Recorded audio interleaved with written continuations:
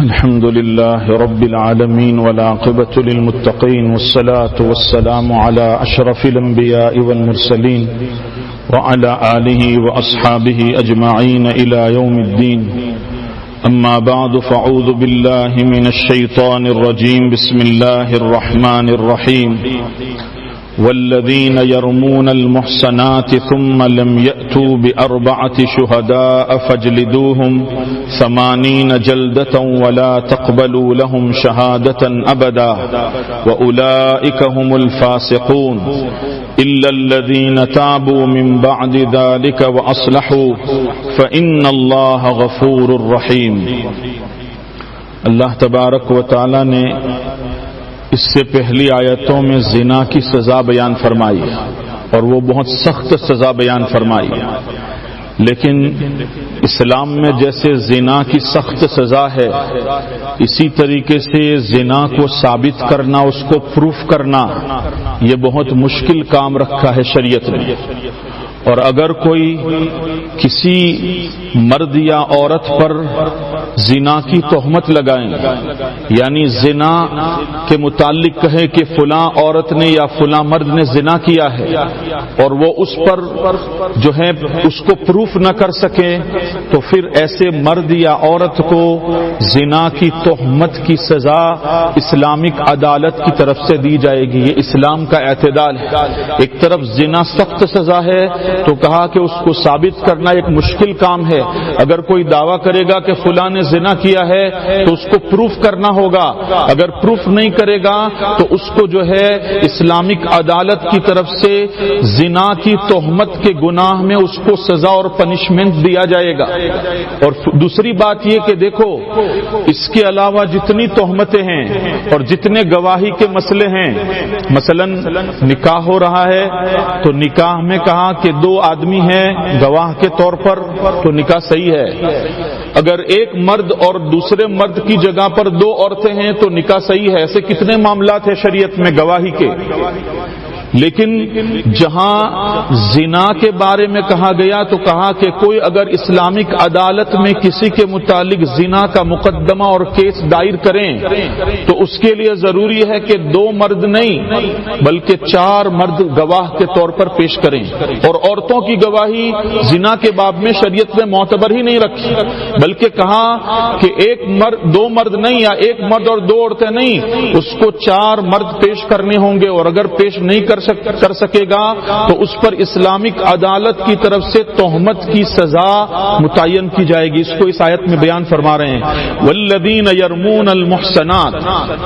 اور وہ لوگ جو محصنات کا ایک معنی تو ایسی عورتیں جن کی شادی نہیں ہوئی، اور محصنات کا ایک معنی ایسی عورتیں جو پاک دامن ہے، ایسی بدکاری اور جو ہے گناہوں کی طرف نہیں جاتی ہے، بدچلن نہیں ہے، جن کا کیریکٹر اس معاملے میں لوز نہیں ہے، ان کو محصنات کہا جاتا ہے. اور یہاں یہ مراد ہے کہ والذین یرمون المحصنات، اور جو لوگ پاک دامن عورتوں پر تہمت لگاتے ہیں، ثم لم یأتوا بأربعۃ شہداء، اور پھر وہ 4 گواہ پیش نہیں کر سکتے تو فجلدوہم 80 جلدہ، تو ایسے لوگوں کو 80 کورے، اس کو 80 صفاتے آج کی زبان میں مارے جائیں گے کہ بھائی آپ نے کسی کے متعلق زنا کی بات کہی تو اس کے لیے آپ گواہ پیش کرو. اگر گواہ نہیں پیش کر سکتے تو اس کا مطلب آپ نے کسی پر تہمت لگائی اور اس کی سزا قاضی یہ دے گا، اور جو ہے اسلامک عدالت اور کورٹ یہ فیصلہ کرے گی کہ اس کو تہمت کی سزا دو 80 کورے. اور یہ صرف زنا کی تہمت کی سزا ہے. اس کے علاوہ اگر کوئی کسی پر چوری کی تہمت لگائیں یا کسی اور چیز کی تہمت لگائیں تو اس کی یہ سزا نہیں ہے. وہ اس کی سزا جو ہے قاضی اور وہ اسلامک کورٹ کا جو جج ہے وہ جو مناسب سمجھے گا وہ سزا دے گا. یہ اسپیشل زنا کی تہمت کی سزا قرآن پاک نے بیان کی، اس لیے کہ جہاں زنا اتنا بڑا گناہ ہے اور اس کی سزا اتنی سخت ہے، اسی طریقے سے اس کو پروف کرنا بھی اتنا سخت ہے کہ ہر کوئی آدمی چلتے پھرتے عدالت میں جا کر کسی کے متعلق زنا کا مقدمہ اور کیس نہیں دائر کر سکتا، بلکہ اس کے پاس 4 گواہ ہونے چاہیے اور اس کو یہ معلوم ہونا چاہیے کہ اگر یہ اس کو پروف نہیں کرے گا تو قاضی وقت اور جج جو ہے اسلامک کورٹ کا اس کو 80 کورے مارے گا. اور دوسری کیا سزا ملے گی؟ زنا کی تہمت کے لیے 3 سزائیں اللہ تعالیٰ نے اس آیت میں بیان کی. پہلی تو یہ کہ اگر 4 گواہ نہیں لا سکا اس کا مطلب وہ اپنی بات میں جھوٹا ہے، کسی پاک دامن عورت کو وہ مجروح کر رہا ہے تو اس کو 80 کوڑے مارے جائیں گے. اور دوسرا یہ کہا وَلَا تَقْبَلُوا لَهُمْ شَهَادَةً أَبَدًا، ایسا آدمی جس نے کسی پر زنا کی تہمت لگا دی تو اس کو زنا کی تہمت کی سزا بھی ملے گی، لیکن ہمیشہ کے لیے اس کو اسلامک کورٹ اور اسلامی جج اس کو مردود الشہادہ قرار دے گا کہ اب کے بعد کسی بھی معاملے میں اس کی گواہی معتبر نہیں ہوگی، یہ اس کی سزا ہے. اب ایسا آدمی جس نے کسی مرد یا عورت پر زنا کی تہمت لگا دی ہے اور وہ اس کو پروف نہیں کر سکا اور اسلامک حکومت کی طرف سے یہ فیصلہ ہو گیا کہ اس نے تہمت لگائی، اس کو 80 کوڑے بھی پڑے، اور پھر دوسری سزا یہ کہ اب کسی بھی معاملے میں وہ گواہی لے کر آئے گا تو اس کی گواہی معتبر نہیں ہے. کل اٹھ کر ایسا آدمی چاند دیکھے اور کسی مفتی اور قاضی کے پاس آ کر کہے کہ میں نے چاند دیکھا ہے، تو اگر وہ آدمی ایسا ہے جس نے کسی پاک دامن اور عفیفہ عورت پر تہمت لگائی ہے تو مفتی اور قاضی اس کی شہادت اور اس کی گواہی نہیں مان سکتا، اس لیے کہ اس نے زندگی میں ایسا کام کیا ہے جس کی وجہ سے اس پر سے اعتماد ختم ہو گیا کہ بھائی اب تو جو 80 کوڑے بھی پڑیں گے اور ہمیشہ کے لیے کیا ہے مردود الشہادہ ہے، اس کی گواہی معتبر نہیں ہے. دیکھو اسلام کتنی باریک چیزیں ہیں. ایسے ہی کسی پر تہمت لگا دینا کوئی آسان کام نہیں ہے، ایسے ہی کسی کے متعلق کہہ دینا کہ اس نے زنا کیا ہے آسان کام نہیں ہے.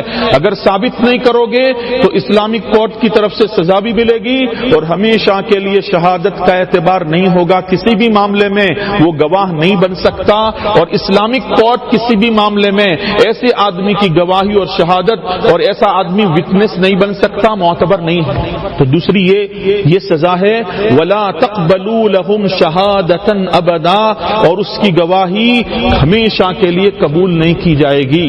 اور پھر تیسری سزا کیا ہوگی؟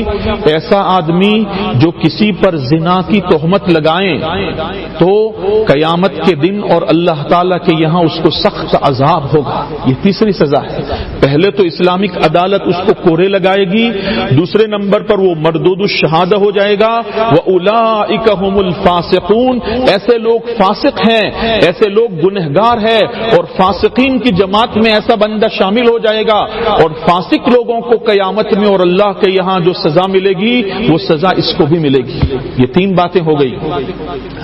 پھر اگر کوئی یہ کہے کہ مول صاحب کسی وجہ سے ہم نے کسی پر تہمت لگا دی، ہم مردود الشہادہ بھی ہو گئے، لیکن اگر ہم اس گناہ سے توبہ کرنا چاہیں تو شریعت نے اس کا دروازہ رکھا ہے کہ بھائی اگر ایسا کام ہو گیا ہے تو وہ اللہ تعالیٰ سے سچی پکی توبہ کریں. إِلَّا الَّذِينَ تَابُوا مِن بَعْدِ ذَلِكَ وَأَصْلَحُوا، مگر وہ لوگ فاسق نہیں ہیں، ایسے لوگ آخرت کے عذاب سے بچ جائیں گے جو لوگ توبہ کر لیتے ہیں کہ بھئی چلو یہ کام ہو گیا، ہم اللہ سے توبہ کرتے ہیں.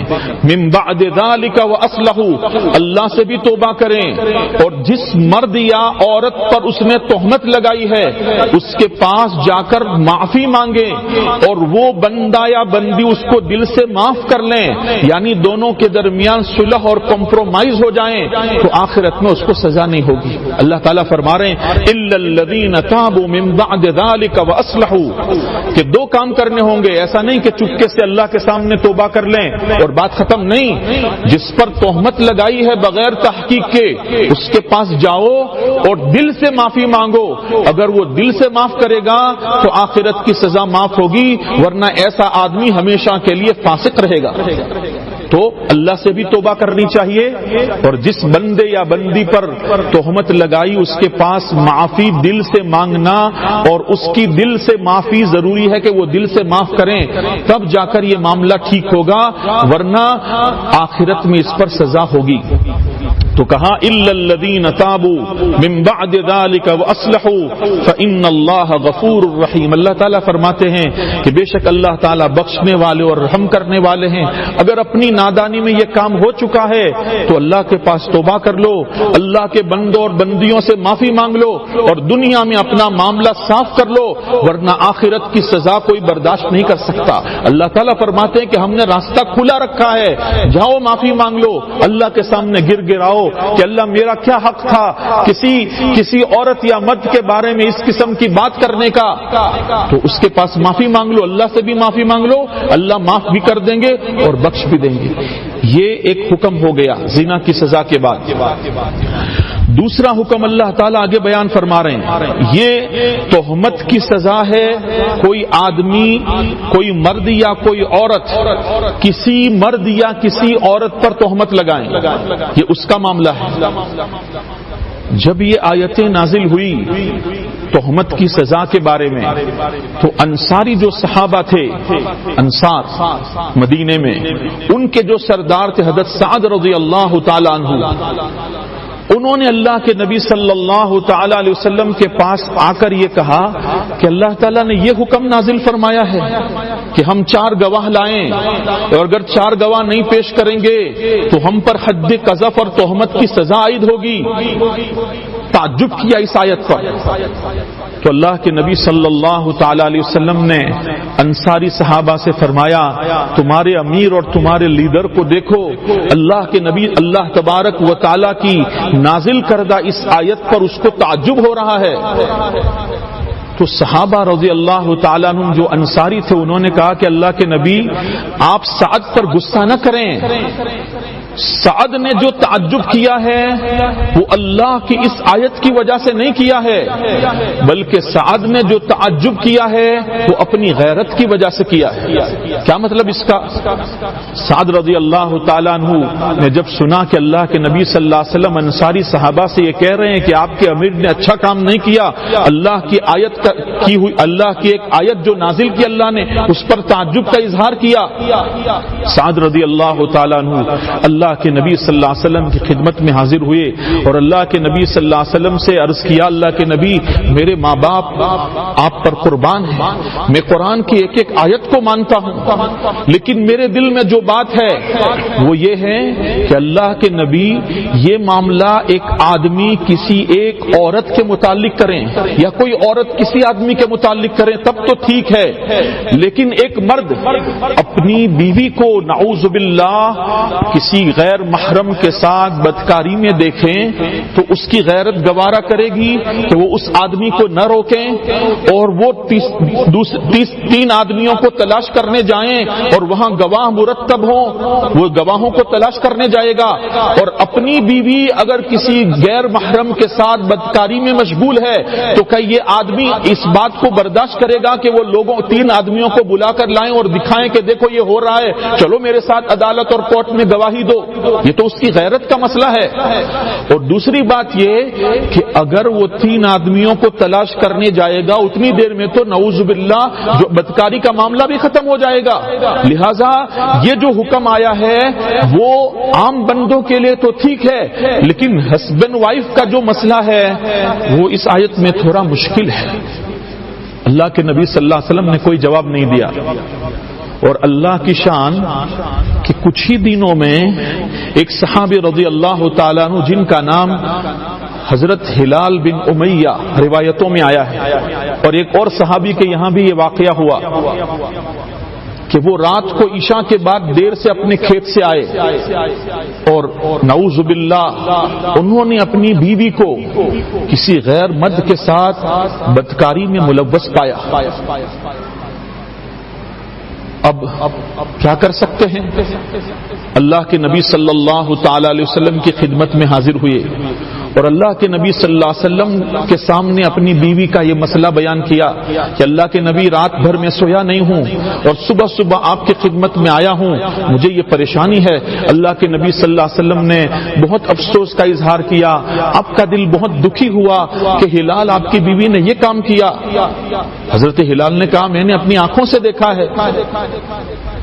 تو حضرت ہلال رضی اللہ تعالیٰ عنہ اللہ کے نبی صلی اللہ علیہ وسلم کے ساتھ بات کر رہے تھے اور انصاری صحابہ کو پتہ چل گیا تو انصاری صحابہ آپس میں کہنے لگے کہ دیکھو ہلال کے پاس اپنی بیوی کے زنا پر کوئی گواہ نہیں ہے، لہذا اگر وہ ایک ہی گواہ ہے تو آیت اور قرآن کا قانون یہ ہے کہ 4 گواہ ہونے چاہیے، اگر 4 گواہ ہلال پیش نہیں کر سکا تو اس کو زنا کی تہمت کے طور پر اللہ کے نبی صلی اللہ علیہ وسلم 80 صفاتے ماریں گے۔ ابھی دیکھنا، لوگ انتظار کر رہے تھے۔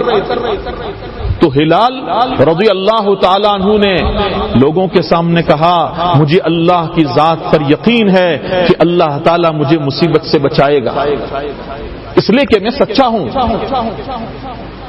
جب یہ بات ہو رہی تھی اسی دوران جبرائیل امین علیہ الصلاۃ والتسلیم آیتیں لے کر نازل ہوئے، جو آگے کی آیتیں ہیں۔ اللہ تعالیٰ فرماتے ہیں کہ بھائی دیکھو، اس آیت کا مطلب سمجھو کہ کوئی آدمی اپنی بیوی کے زنا پر گواہ نہیں لا سکتا، اور نہ ہی یہ مرد کی غیرت برداشت کر سکتی ہے کہ لوگوں کو بلا کر اپنی بیوی کی بدکاری دکھائیں، یا یہ کہ گواہ ملنے تک معاملہ نمٹ جائیں تو بیویاں اس طرح کا کام کرتی رہے گی۔ تو اللہ تعالیٰ نے اس آیت میں علاج بتلایا کہ دیکھو، اگر میاں بیوی کے درمیان اس طرح کا مسئلہ ہو تو اسلامک عدالت اور اسلامک کورٹ کے لیے لعان کا حکم ہے، جو ان آیتوں میں 2 آیتوں میں لعان بیان ہو رہا ہے۔ یہ بہت سینسٹیو اور نازک اور سنجیدہ مسئلہ ہے شریعت میں، کہ اگر اسلامک عدالت اور کورٹ میں اور قاضی کے سامنے اس قسم کا کیس آ جائیں کہ کوئی شوہر آ کر یہ کہے کہ میں نے اپنی بیوی کو زنا کرتے ہوئے دیکھا ہے، میرا یہ کیس ہے، تو اب قاضی کیا کرے گا؟ قاضی اس شوہر کو یہ کہے گا کہ آپ 4 مرتبہ اللہ کی قسم کھاؤ۔ کتنی مرتبہ؟ 4 مرتبہ اللہ کی قسم کھا کر یہ کہو کہ میں اپنی بات میں سچا ہوں۔ 1 مرتبہ اللہ کی قسم کھاؤ، دوسری مرتبہ بھی اللہ کی قسم کھاؤ، تیسری مرتبہ بھی کھاؤ، اور چوتھی مرتبہ 4 مرتبہ وہ عدالت میں اور اسلامک کورٹ میں جا کر 4 مرتبہ قسم کھائیں کہ میں اپنی بات میں سچا ہوں۔ اور 5ویں مرتبہ اللہ کا قرآن کہتا ہے وَالْخَامِسَةُ أَنَّ لَعْنَةَ اللَّهِ عَلَيْهِ إِن كَانَ مِنَ الْكَاذِبِينَ۔ 4 قسمیں جب وہ کھا لیں تو قاضی اس کو کہے گا، جج صاحب اس کو یہ کہیں گے کہ تو یہ کہ اگر میں اپنی بات میں جھوٹا ہوں تو اللہ کی لعنت مجھ پر ہو۔ یہ 5 باتیں اس سے لی جائے گی۔ اتنا آسان نہیں ہے شوہر کے لیے بھی کہ بیوی کے لیے زنا کا کیس دائر کر لے۔ اللہ کے نبی صلی اللہ علیہ وسلم پر جب یہ آیتیں آئی تو حضرت ہلال بن امیہ کو بلایا کہ ہلال ادھر آؤ، اللہ نے آپ کا مسئلہ حل کر دیا، آپ خوش ہو جاؤ۔ اور ہلال رضی اللہ تعالیٰ عنہ سے کہا کہ آپ قسم کھاؤ کہ اپنی بیوی کے متعلق آپ جو یہ کیس اور مقدمہ لے کر آئے ہیں آپ اس میں سچے ہیں۔ حضرت ہلال نے 1 مرتبہ قسم کھائی، اللہ کی قسم میں اپنی بات میں سچا ہوں۔ پھر اللہ کے نبی صلی اللہ علیہ وسلم نے کہا دوسری مرتبہ قسم کھاؤ، پھر تیسری مرتبہ قسم کھلوائی، پھر چوتھی مرتبہ قسم کھانے کو کہا، اور پھر فرمایا ہلال یاد رکھو دنیا میں جھوٹی قسم کھانا بہت آسان ہے لیکن آخرت میں اس کا عذاب بہت سخت ہے۔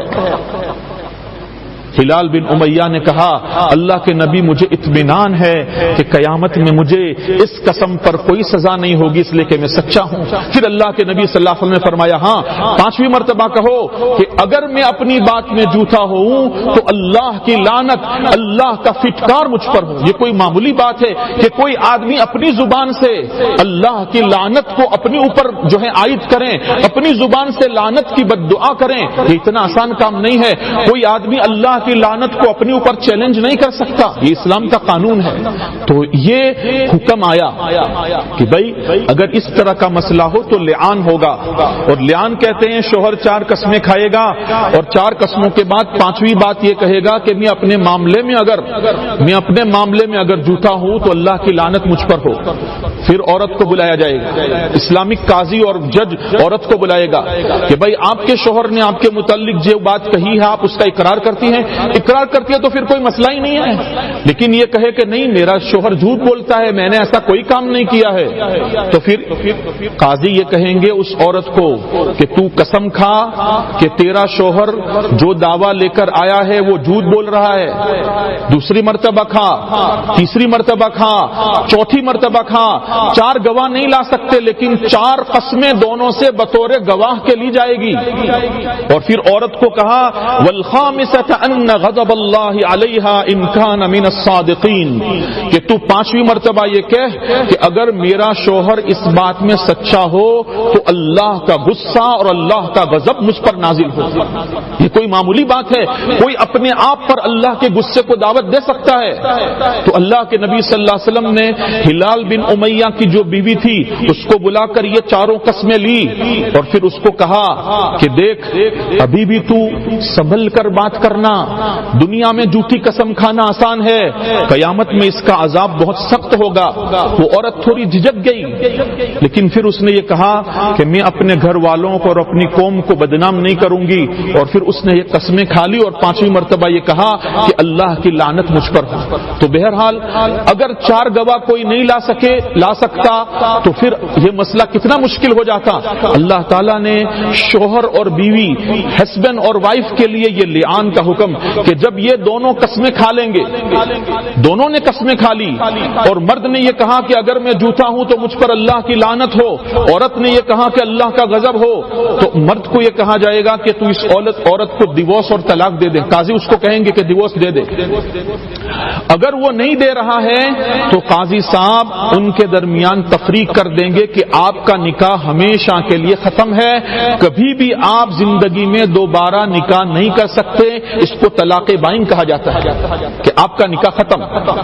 اور اگر کوئی مرد یہ کہے، ایک تو ہے کہ اپنی بیوی پر زنا کی تہمت لگا رہا ہے، اور کبھی کبھی ایسا ہوتا ہے کہ بیوی کے پیٹ میں حمل ہے تو وہ یہ دعویٰ کریں کہ یہ حمل میرا نہیں ہے، یا اگر بچہ پیدا ہوا تو یہ کہے کہ یہ میرا بچہ نہیں ہے، بچے کو اپنی طرف منسوب کرنے سے انکار کر دیں، تو یہ ساری صورتوں میں لعان کیا جائے گا، اور اسلامک قاضی اور اسلامک جو جج ہے وہ یہ سارا کام کرے گا اور دونوں میں تفریق کر دے گا، اور جو بچہ ہوگا اس کی نسبت ماں کی طرف کی جائے گی، اور اس بچے کو زنا کی اولاد بھی قرار نہیں دیا جائے گا، وہ ماں کا بچہ ہے بس۔ یہ اسلام کا قانون ہے۔ دیکھو شریعت میں زنا جتنا خطرناک گناہ ہے اس کی سزا بھی اتنی سخت ہے، اس کی تہمت کی سزا بھی اتنی سخت ہے، اور آپس میں میاں بیوی کے لیے ایک دوسرے کے لیے اس کو پروف کرنا بھی ایک بہت اہم مسئلہ ہے۔ اس لیے بزرگوں اس پورے رکوع میں ترجمہ سن لو، والذین یرمون ازواجہم ولم یکن لہم شہداء الا انفسہم فشہادۃ احدہم 4 شہادات باللہ انہ لمن الصادقین، اور وہ لوگ جو اپنی بیویوں پر تہمت لگاتے ہیں اور ان کے پاس اپنی ذاتوں کے علاوہ کوئی اور گواہ نہیں ہے، تو فشہادۃ احدہم 4 شہادات باللہ، تو وہ 4 مرتبہ اللہ کی قسم کے ذریعہ گواہی دیں، انہ لمن الصادقین، اگر وہ مرد سچوں میں سے ہیں۔ اور 5ویں مرتبہ کیا کہے، والخامسۃ ان لعنت اللہ علیہ ان کان من الکاذبین، اور 5ویں مرتبہ یہ کہیں کہ اللہ کی لعنت ہو اس پر اگر وہ جھوٹوں میں سے ہیں۔ اور عورت کیا کرے گی، وَيَدْرَأُ عَنْهَا الْعَذَابَ، اور عورت سے سزا کو دور کرنے کے لیے کیا ہوگا کہ وہ 4 مرتبہ اللہ کی قسم کے ساتھ گواہی دے، اِنَّهُ لَمِنَ الْكَاذِبِينَ، کہ اس کا شوہر جھوٹوں میں سے ہے۔ والخامسة، اور 5ویں مرتبہ عورت کہے گی کہ اللہ کا غصہ ہو اس پر اگر اس کا شوہر سچ بول رہا ہے۔ اب ایک بات اس آیت میں ہے کہ دیکھو مرد کو یہ کہا کہ والخامسة ان لعنت اللہ، کہ 5ویں مرتبہ وہ یہ کہے گا کہ اللہ کی لعنت ہو، اور عورت کو کہا والخامسة ان غضب اللہ، کہ اللہ کا غضب ہو۔ تو مرد کے لیے لعنت کا لفظ آیا ہے، عورت کے لیے غضب کا لفظ آیا ہے۔ مفسرین نے لکھا ہے تفسیر کی کتابوں میں کہ دیکھو مرد جو ہے عام طور پر لعن تان نہیں کرتا، مرد کی یہ فطرت اللہ نے بنائی ہے کہ وہ لعن تان دوسروں پر نہیں کرتا، لیکن عورت کا عام متن اللہ ماشاءاللہ اچھی عورتیں بھی ہیں، لیکن عام عورتوں کے یہاں ایک دوسرے کو لعن تان کرنا، کسی کو بد دعا دینا، یہ ان کی زبان زد چیز ہے، یہ کرتی رہتی ہے۔ اس لیے ان کو لعنت کا لفظ نہیں کہا کہ بھائی جیسے ان کی عادت ہے اس طرح یہ بول دے گی، اس لیے ان کو اللہ تعالیٰ کے غضب کا لفظ کہ والخامسة ان غضب اللہ، کہ اگر میرا شوہر سچا ہے تو مجھ پر اللہ کا غضب ہو۔ عورتوں کی زبان پر لعنت کے الفاظ بد دعا کے الفاظ جاری رہتے ہیں، اس لیے اللہ تعالیٰ نے وہاں لفظ بدل دیا. اور پھر اللہ تعالیٰ فرماتے ہیں وَلَوْلَا فَضْلُ اللَّهِ عَلَيْكُمْ وَرَحْمَتُهُ، کہ اگر اللہ کا فضل اور اس کی رحمت تم پر نہ ہوتی تو کتنا معاملہ مشکل ہو جاتا. یہ جتنے احکامات ہم نے بیان کیے ہیں وہ اللہ کی رحمت ہے اور اللہ کا فضل ہے. وَأَنَّ اللَّهَ تَوَّابٌ حَكِيمٌ، اللہ تبارک و تعالی توبہ قبول کرنے والے بھی ہیں اور حکمت والے بھی ہیں کہ اپنے بندوں پر کیا کیا حکم جاری کرنا چاہیے، کیا کیا سزائیں دینی چاہیے، اللہ تعالیٰ سے زیادہ کوئی نہیں جانتا. لہذا زنا کی سزا، زنا کی تہمت کی سزا، اسی طریقے سے لعان کا حکم مرد اور عورت کے لیے، میاں بیوی کے لیے، یہ ساری سزائیں اللہ سے زیادہ حکمت والا کوئی نہیں ہے. اللہ نے جو کچھ کہا اور جو کچھ کیا شریعت میں وہ مصلحت کے تحت ہے. اب یہ ایک رکوع پورا ہو گیا. اصل میں یہ مقدمہ تھا دوسرے رکوع کا. اب دوسرا رکوع انشاءاللہ ہم شروع کریں گے جس میں اللہ تبارک و تعالیٰ کے پیغمبر کی پاکیزہ بیوی حضرت عائشہ رضی اللہ تعالیٰ عنہا پر منافقین نے تہمت لگائی تھی. تو اللہ تعالیٰ نے بطور مقدمہ کے یہ پورا رکوع بیان کیا. اس کے بعد وہ تہمت کا قصہ آ رہا ہے. اللہ تعالیٰ یہاں سمجھانا یہ چاہتے ہیں کہ دیکھو کسی مرد یا کسی عورت کے لیے کسی قسم کی کوئی بات کہہ دینا اتنا آسان کام نہیں ہے. اپنی زبان کو کنٹرول میں رکھو. یہ کیا ہوا کہ کسی کے لیے جب بھی چاہو جو بھی چاہو بول دو. اپنی زبان کو سنبھالو. اور خاص طور پر اس قسم کے معاملات میں بعض لوگوں کو عادت ہوتی ہے کہ ہمیشہ بس لوگوں کی توہمیں لگے رہتے ہیں اور اس قسم کی تہمتیں ان کی زندگی کا ایک پیشہ ہو جاتا ہے. بھائی تمہیں کیا ضرورت ہے لوگوں کی فکر کرنے کی، کون کیا کر رہا ہے، ہم ثابت نہیں کر سکتے اور پھر قیامت میں ہمارے لیے مسئلہ ہو جائے گا. ہم اپنے کام سے کام رکھیں. لوگوں کے گناہ پر جستجو کرنا اور لوگوں کے گناہ کی توہ میں رہنا اور لوگوں کے لیے جو ہے CID کا کام کرنا اللہ نے ہمیں نہیں دیا ہے. ہم اپنے کاموں سے کام رکھیں. سوسائٹی میں کون کیا کر رہا ہے اس کا جو ہے ہمیشہ کے لیے واچ مین بن کے اور سپروائزر رہنا اور پھر لوگوں کو غلط باتیں انفارم کرنا، یہ کیا چیز ہے؟ یہ بہت بری حرکتیں ہیں. ہماری شریعت اس کو برداشت نہیں کر سکتا. اللہ تبارک و تعالی نے تہمت کا جو گناہ بیان فرمایا وہ بہت خطرناک ہے. آج کی مجلس میں آپ کو میں ایک بات بتاتا ہوں. میں نے سورۃ الحجرات کی تفسیر میں بھی شاید کہا ہو پہلے. امام مالک رحمۃ اللہ علیہ کے زمانے میں ایک عورت کا انتقال ہوا. تو اس عورت کے انتقال کے بعد محلے کی عورتیں اور جو رشتہ دار تھی عورتیں وہ اس کو غسل دینے گئی. تو غسل دیتے دیتے ایک عورت کا ہاتھ اس مری ہوئی میت عورت کے ساتھ چپک گیا. کھل ہی نہیں رہا ہے، نکل ہی نہیں رہا ہے. تو باہر لوگ انتظار کر رہے ہیں کہ بھائی کب جنازہ ہو جائیں، ہم نماز پڑھ لیں، ہم دفن کر لیں. مرد لوگ انتظار کر رہے ہیں اور وہاں غسل ہو ہی نہیں رہا ہے. تو پھر انتظار کرتے کرتے پوچھا گیا کہ بھائی کیوں میت کو باہر نہیں لا رہے ہیں؟ تو کہا کہ اندر تو یہ مسئلہ ہے کہ غسل دینے والی ایک عورت کا ہاتھ میت عورت کے ساتھ چپک گیا ہے. بہت کوشش کی جا رہی ہے لیکن وہ ہاتھ چھوٹ نہیں رہا ہے. لوگ پریشان ہوئے. امام مالک رحمۃ اللہ علیہ زندہ تھے اس وقت. اللہ تعالیٰ نے ان کو فقاہت عطا فرمائی تھی. تو لوگوں نے امام مالک رحمۃ اللہ علیہ کے پاس جا کر یہ مسئلہ پوچھا کہ امام صاحب اب کیا کرنا چاہیے. پہلے لوگوں نے یہ سوچا کہ بھائی مری ہوئی عورت ہے تو اس کی ران پر اگر اس کا ہاتھ چپک گیا ہے تو ران کاٹ دو، اب وہ تو مری گئی ہے. تو مرنے والی عورت کے جو رشتہ دار تھے انہوں نے کہا نہیں، ہم بھی اجازت نہیں دے سکتے، ہماری میت کے ساتھ یہ سلوک نہیں ہو سکتا، تم اپنی عورت کا ہاتھ کاٹ دو، ہو گئی بات. وہ کہہ رہے ہیں ران کاٹو اور وہ کہہ رہے ہیں ہاتھ کاٹو. گویا کہ ایک جنگ کی شکل پیدا ہو گئی، لڑائی اور جھگڑا ہو گیا. تو لوگوں نے امام مالک سے یہ مسئلہ پوچھا کہ امام صاحب یہ مسئلہ آیا ہے، ہم کیا کریں؟ تو بعض مسائل ایسے ہوتے ہیں کہ زبانی جواب نہیں دیا جا سکتا جب تک کہ مسئلے کے جو اصل لوگ ہیں نا ان کے پاس جانا پڑتا ہے، انویسٹیگیشن کرنا پڑتا ہے، ڈائریکٹ ان سے بات کرنی پڑتی ہے. امام مالک نے کہا کہ مجھے وہاں آنا ہوگا، اور جو عورتیں غسل دے رہی ہے اور جس کا ہاتھ چپک گیا ہے پردے سے، اس کے ساتھ مجھے بات کرنی ہوگی۔ بہرحال امام مالک رحمۃ اللہ علیہ کو لایا گیا، اور امام مالک رحمۃ اللہ علیہ نے پردے میں وہ عورت جس کا ہاتھ چپک گیا تھا اس سے پوچھا کہ آپ کے دل میں اس عورت کے بارے میں کوئی بدگمانی ہے یا اس عورت کے بارے میں کوئی تہمت کا معاملہ آپ نے پہلے کیا ہے؟ آپ سیدھی بات بتا دو۔ تو اس عورت نے کہا بہت یاد کرنے کے بعد کہ ہاں، میرے ذہن میں اس عورت کے متعلق کسی مرد کے ساتھ ناجائز تعلقات کا خیال ہے، اور میں نے یہ بات لوگوں میں پھیلائی بھی ہے۔ کہا آپ کے پاس کوئی پروف اور ثبوت؟ کہا نہیں۔ کہا کیا ثبوت ہے؟ کہا نہیں، میں نے ایک مرتبہ دیکھا کہ یہ عورت جا رہی تھی اور ایک آدمی کا دروازہ کھلا تھا اور وہ دروازے پر کھڑا تھا، اور میں نے عورت کو دیکھا کہ پھر بھی وہ نیچے دیکھ کر نہیں جا رہی تھی، تو میں نے یہ گمان لگایا کہ دونوں کا آپس میں کوئی چکر ہے، اور میں نے یہ بات لوگوں میں پھیلا دی۔ امام مالک رحمۃ اللہ علیہ نے کہا کہ جب تک اس عورت پر تہمت کی سزا جاری نہیں ہوگی اس کا ہاتھ نہیں چھوٹ سکتا۔ کہا کیا کریں؟ کہا اس کو 80 سپاتے دو، 80 کورے لگاؤ، شریعت کے مطابق اس کا ہاتھ نکل جائے گا۔ علماء نے لکھا ہے 10 کورے مارے، 20 کورے مارے، 50 کورے مارے، اس کا ہاتھ وہاں سے ہلا بھی نہیں، یہاں تک کہ 79 کورے لگے تب بھی ہاتھ وہاں چپکا ہوا تھا۔